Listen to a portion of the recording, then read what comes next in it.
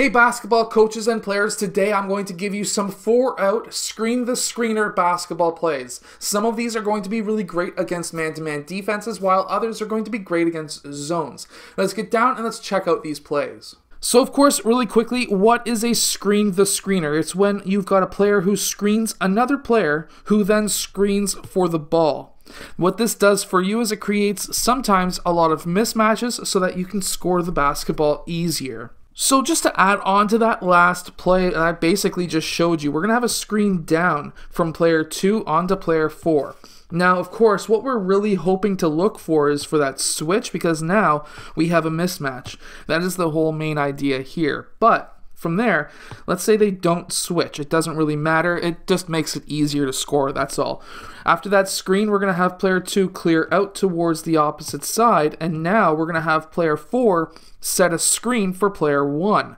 Player 5 is going to be setting a back screen at the same exact time for player 3. Now the idea here is there's actually two different options. So we can have player 1 use that screen. He could take that 3. We could even have player 4 roll towards the basket. Now, player 3 needs to pay attention, because while this is happening, this is going to tell him what to do.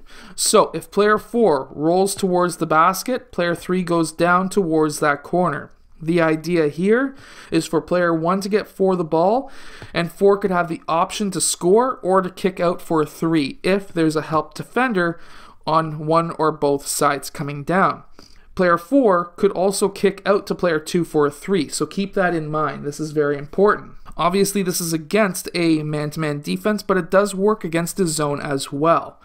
Now, going from there, if player 4 instead doesn't roll towards the rim, but instead pops out, this could be a reversed for a 3, or we could have player 3, again, he needs to be paying attention, cutting towards the rim, where we could have a quick pass down to player 3 for that layup. Again, a great play against both a man and a zone. Let me explain. So against it, let's say a 2-3 zone as an example, the defense is roughly going to be shifted like this. Now, what we're going to see is, again, in this case, instead of it being a screen, that's just going to bring player 2 down. We're going to see player 4 pop up. Now, of course, if player 2 was playing a bit low, we could still have a screen down for player 2, and now player 4 is setting that screen, and player 2 is clearing out. So now these two players really need to be paying attention to him for that pop-out pass.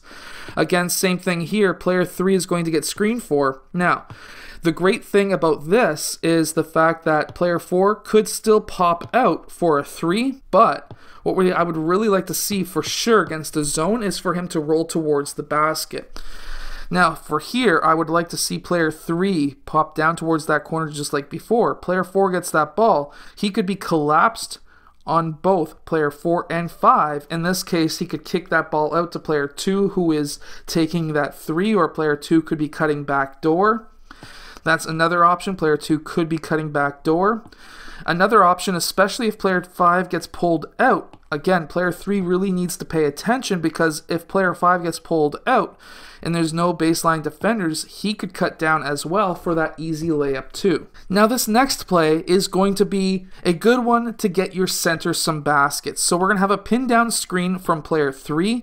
Player 5 is going to be using that pin down screen, and player 3 is going to be rolling off of that screen out towards the 3-point line. This is very important. We do not want him clearing out towards the other side. We want player 4 to be setting that screen for player 2 at the same time as this roll, because at this point player 5 is going to be rolling towards the basket, especially if there was a switch. Player 5 may be wide open for that layup.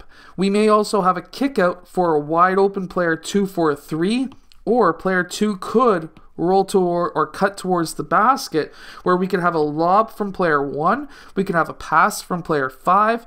This player could come down, play help, and a kick out to player 3. There are so many options against this defense, or against any defense with this play. So against a zone, this works as well. So against a 2-3 zone, most likely what you're going to see is the defense shifting just like this. Now from here, what we're going to have is, again, that pin down screen for player 5. Now the great thing with a pin down screen from player 5 is the fact that now player 5 could go to the high post, because of course this could be just a simple pass, roll out, collapse the defense, and kick out. There's so many different options. Player 5 could just take the shot, but of course I want to see him run straight up, of course looking for that ball, but we're going to be having player 5 at this point take that or do that screen. Player 5, red, is not going to be rolling up that high. And of course, we're going to have player 1 using that screen. He could take that shot. If player 3 comes up, that could be a kick over to player 3. But instead, let's say player 5 rolls towards the basket, and I want him rolling down close to the side of that key. The reason for that is because that's both of these players' position, because that's how a 2-3 zone works. He could get kicked down, and of course, layup, pass out for a 3. Again, screen, pop out in this area right here between the free throw line extended and block, where he could get a kick out pass to player 2. Of course, that's risky because it's across the key. This player could pick it off. But if he starts sagging down as well, we may have a 3 on this side. There's so many different options against zones with this play too. I hope that these 2 plays help your team win more games. If they do, hit that like button and subscribe, and I'll see you guys again next time.